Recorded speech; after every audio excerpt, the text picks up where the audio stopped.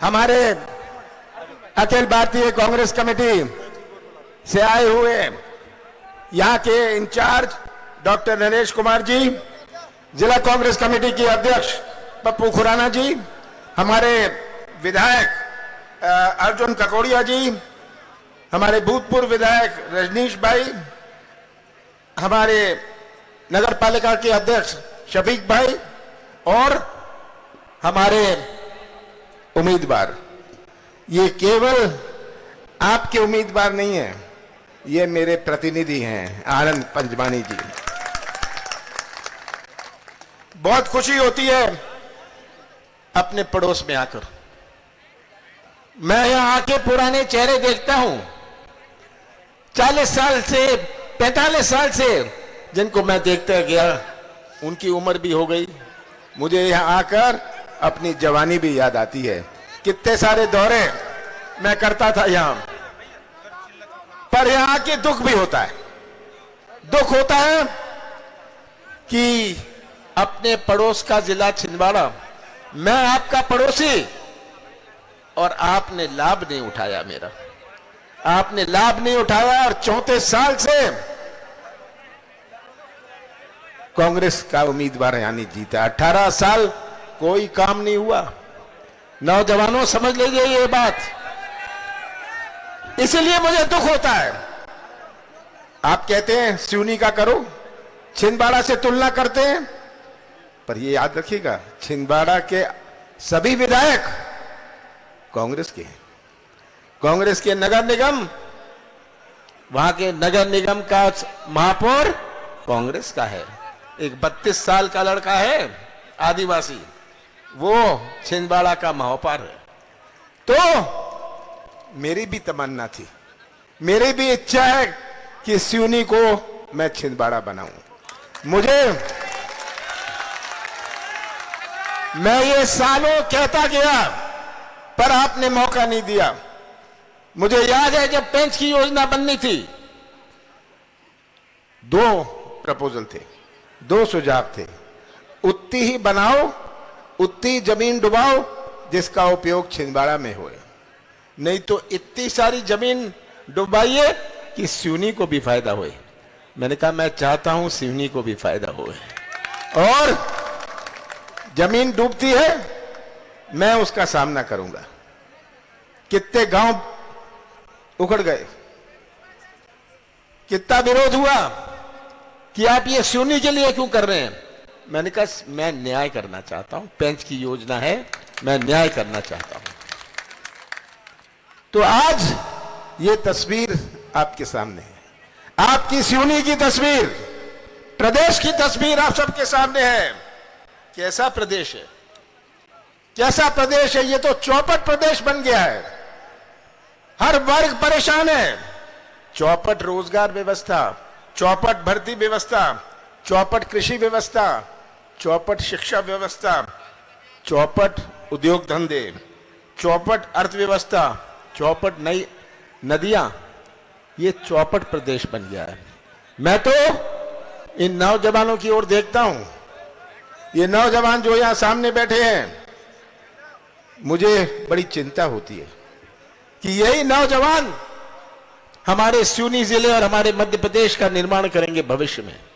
अगर इनका ही भविष्य अंधेरे में रहा तो कैसा निर्माण होगा हमारे प्रदेश का, कैसा निर्माण होगा हमारे सिवनी जिले का। ये बहुत चिंता का विषय है, क्योंकि सबसे बड़ी चुनौती हमारे मध्य प्रदेश में नौजवानों की भविष्य की है। नौजवान जो प्रदेश का निर्माण करेंगे, ये सबसे बड़ी चुनौती है। हमारे कृषि क्षेत्र से जुड़ा हुआ नौजवान, इसके परिवार में कैसे आर्थिक मजबूती आए ताकि वो अच्छी पढ़ाई कर सके, अच्छे स्कूल में जा सके। ये आज चुनौती है हमारे कृषि क्षेत्र में। तो आज मैं आपसे यही कहना चाहता हूं कि भविष्य आपके हाथ में है। चुनाव तो आते हैं, पंचायत चुनाव आता है, नगर निकाय का चुनाव आता है, जिला पंचायत का चुनाव आता है। चुनाव के अलग अलग मायने होते हैं। 17 नवंबर को जो चुनाव है ये केवल एक उम्मीदवार का नहीं है, केवल एक पार्टी का नहीं है, ये मध्य प्रदेश के भविष्य का और सिवनी के भविष्य का चुनाव है। और इस भविष्य की रक्षा करेंगे आप रक्षक हैं भविष्य के। एक उम्मीदवार की बात नहीं है, आप रक्षक हैं उस भविष्य की। हमारे देश को भी आप समझिए, नौजवानों अपने देश को समझिए। कोई ऐसा देश विश्व में है जहां इतने धर्म है? कोई ऐसा देश नहीं है। कोई ऐसा देश विश्व में है जहां इतनी जातियां हैं? कोई ऐसा देश विश्व में नहीं है। कोई ऐसा देश विश्व में है जहां इतनी भाषाएं हुई? ऐसा कोई देश नहीं है। ऐसा कोई देश विश्व में है जहां इतनी देवी देवताएं हुए? ऐसा कोई देश विश्व में नहीं है। कोई ऐसा देश विश्व में है जहां इतने त्योहार हुए? ये अपना भारत है, ये अपना भारत है। और अगर भारत एक झंडे के नीचे खड़ा है तो भारत की जो संस्कृति है, जोड़ने की संस्कृति, दिल जोड़ने की, संबंध जोड़ने की, रिश्ता जोड़ने की, इसलिए आज भारत एक झंडे के नीचे खड़ा है। आपके गांव में, आपके मोहल्ले में कितने धर्म के लोग रहते हैं, कितनी जातियों के लोग रहते हैं, पर भाईचारा है, क्योंकि हमारी संस्कृति है दिल जोड़ने की, संबंध जोड़ने की, रिश्ता जोड़ने की, यही हमारी संस्कृति है। पर आज इस संस्कृति पर भी हमला शुरू हो गया है। यह आपको याद रखना है, कैसे समाज को बांटे। मणिपुर दूर है, पर मणिपुर में देखिए कैसे समाज को बांटा जा रहा है। जगह जगह कैसे आग लगाए, धर्म के बीच में, जाति के बीच में, हर समाज के बीच में। ये संस्कृति हमारे खतरे में है। बाबा साहब अंबेडकर ने हमें संविधान दिया, ऐसा संविधान दिया अपने देश को जिसमें इतनी अनेकता, जिसमें इतनी विभिन्नता। ये बाबा साहब अंबेडकर के सामने ये चुनौती थी कि कैसा संविधान बनाए। पर बाबा साहब अंबेडकर ने ऐसा संविधान बनाया जो विश्व में मशहूर है। कई देशों ने बाबा साहब अंबेडकर के संविधान की नकल करी। पर अगर एक अच्छा संविधान गलत हाथों में चला जाए तो क्या होगा? तो आप रक्षक हैं भारत की संस्कृति के, आप रक्षक हैं भारत के संविधान के। मैंने तो कहा कि आप रक्षक हैं भविष्य के, पर साथ साथ आप रक्षक हैं उस संस्कृति के, उस संविधान के। ये आपको बात समझनी है।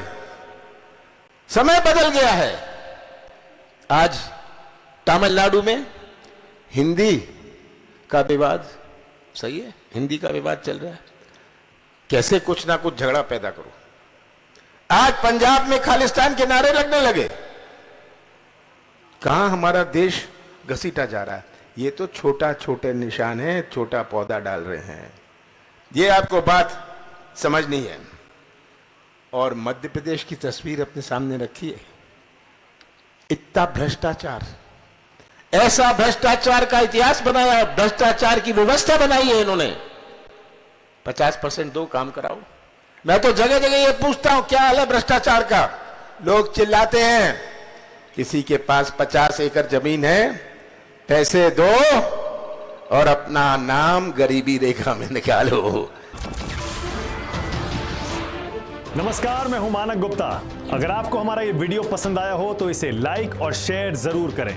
और हाँ, हमें सब्सक्राइब और फॉलो करना ना भूलें ताकि आप देश और दुनिया की कोई खबर मिस ना करें। तो जुड़े रहिए हमारे साथ और देखते रहिए News 24।